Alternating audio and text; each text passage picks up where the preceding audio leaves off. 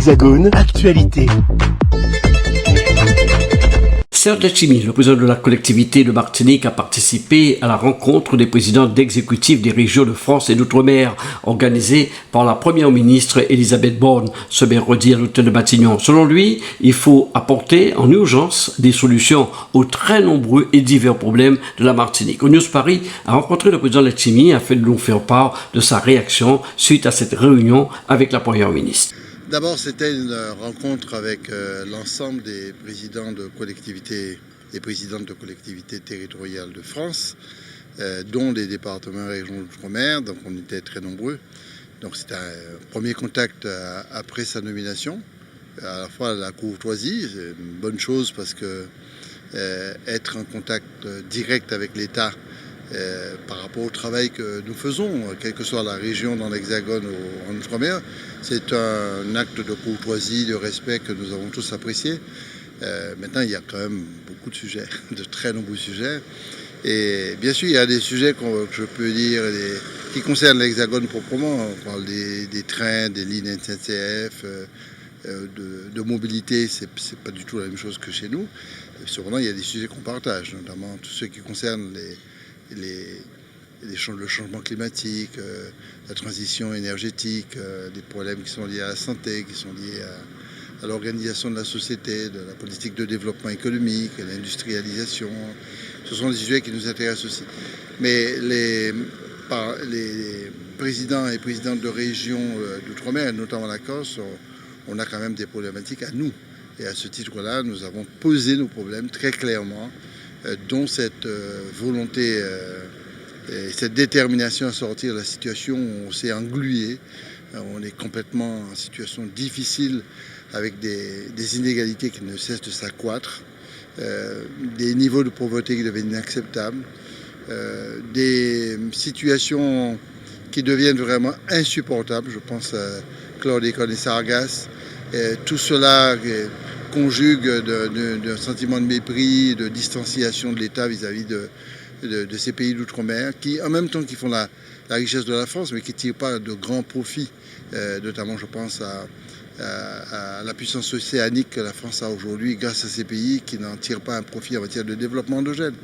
Je pense aussi à tous ceux qui tournent autour de la biodiversité. C'est une richesse immense de demain, c'est l'or de demain, mais on n'en tire pas un profit en matière de croissance, de développement économique. Donc je pense qu'il y a vraiment une situation qui est en train d'exploser dans ces pays-là. On a tenu à dire à la Première ministre que l'appel de Fort-de-France qui a été signé par les 6 départements d'outre-mer est essentiel et fondamental. C'est vraiment un appel au dialogue, un appel à la construction, un appel à la prise de conscience que ça peut être demain irréversible. Ça s'est traduit un peu par les votes que nous avons vus au cours des élections présidentielles. Et avant que ça explose ou que ça devienne vraiment irréversible, qu'il est temps de discuter, de dialoguer. Et l'appel de Fort-de-France s'est conjugué à l'ouverture des discussions sur le plan local dans le cadre des congrès. Pour l'exemple de la Martinique, on a ouvert le congrès, qui est la réunion de tous les élus du pays, toutes les forces vives. On a trouvé les paroles et les conditions de créer l'unité pour discuter des évolutions nécessaires, sortir de l'économie de comptoir, sortir de la monoculture classique. C'est pas qu'on est contre le rhum et la banane, il faut exporter rhum et banane, mais il faut absolument donner de la place à la production interne.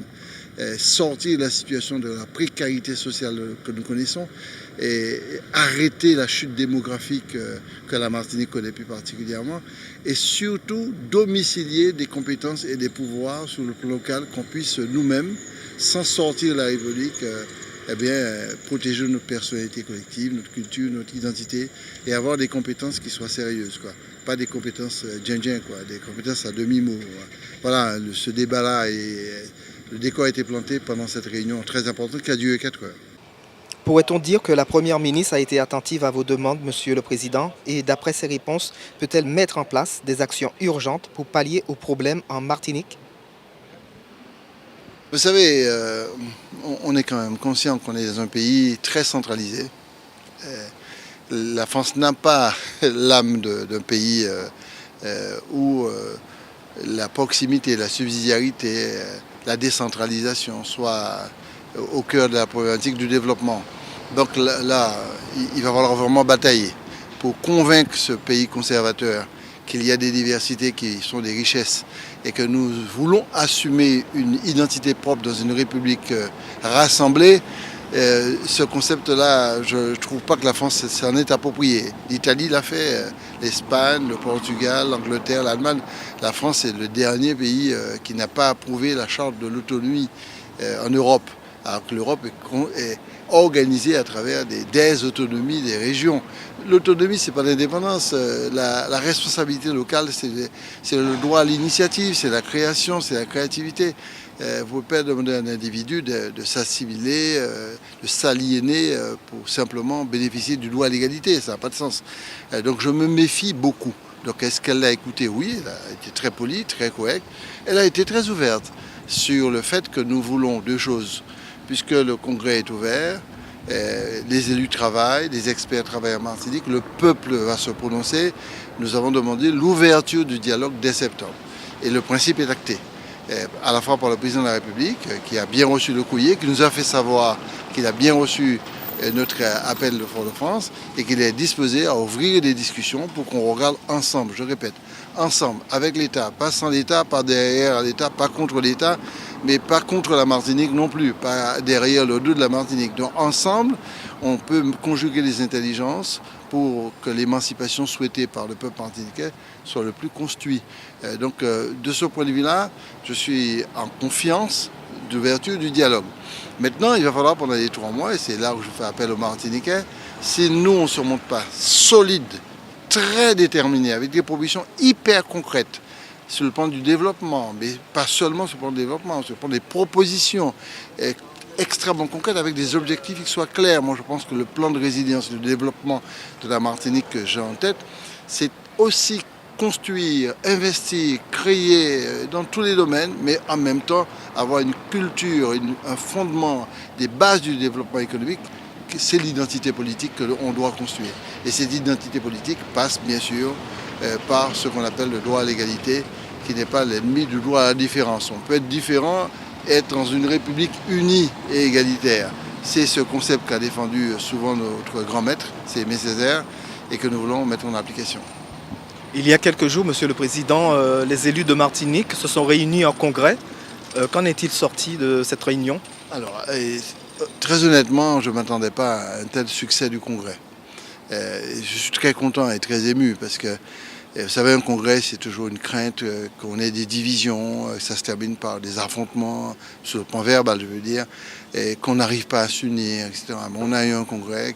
Ça devait durer 2 jours, il dure un jour total, quoi. C'est fini côté 22 simplement parce que tous les élus, sans exception, et pourtant vous savez que j'ai beaucoup pas d'ennemis, mais d'opposants politiques, tous les élus ont conjugué, ont travaillé, ont montré leurs différences, ce qui est légitime et normal. Je les félicite. On a eu une journée pleine avec un président, Salibert, qui a été excellent. Nous avons fédéré, on a pu à la fois définir la méthode de travail, la durée du congrès, 3 mois, le nombre de thèmes qu'on veut mettre sur pied, aborder, parce qu'on ne veut pas aborder le congrès comme une revendication, indépendance, autonomie, ceci, cela, etc. Non, on veut aborder le congrès de manière hyper concrète. D'abord, qui ça va aller, qui ça qui pas aller. À partir de ça, ça c'est le premier temps. Deuxième temps, à partir de ça, qui solution que nous capoter, nous-mêmes, l'Europe, la France, la Caraïbe, les Amériques, quoi, qu'est-ce qu'on donne comme solution? Mais très ouvertement. Hein. Et troisième chose, à partir de ces positions-là, qu'est-ce qu'il faudrait faire en termes d'organisation des relations entre la Martinique et la France pour améliorer les capacités d'aller beaucoup plus vite, de répondre beaucoup plus vite. Quand je prends l'exemple de la démographie décadente, si on perd 30 000 personnes encore dans les années qui viennent, on aura chuté. Donc il faut à la fois des solutions financières, budgétaires, fiscales, pour la jeunesse, des solutions aussi d'organisation institutionnelle, de compétences supplémentaires, mais aussi de pouvoirs supplémentaires, ne pas faire la confusion entre les deux. Et voilà, donc on mettra tout sur la table. Et à ce moment-là, les résolutions qu'on présentera au gouvernement seront certainement des révolutions du peuple martiniquais, pas de quelques élus, puisque nous avons besoin de leur aval. C'est pour ça qu'on a décidé d'organiser des plateformes citoyennes, d'organiser aussi des débats dans les communes, gérer moi-même dans beaucoup de quartiers, faire des réunions pour écouter la population, pour savoir ce qu'on veut, parce que si on est puissants ensemble, à mon avis, la République peut bouger. Si maintenant on n'est pas puissants ensemble pour sortir de cette ornière-là, et la République nous écoutera d'une oreille, et ça, je ne veux pas de ça. Outremernews.fr, le site de l'actualité Outre-mer, 24 heures sur 24 et 7 jours sur 7. Retrouvez la chaîne Outremer News sur YouTube.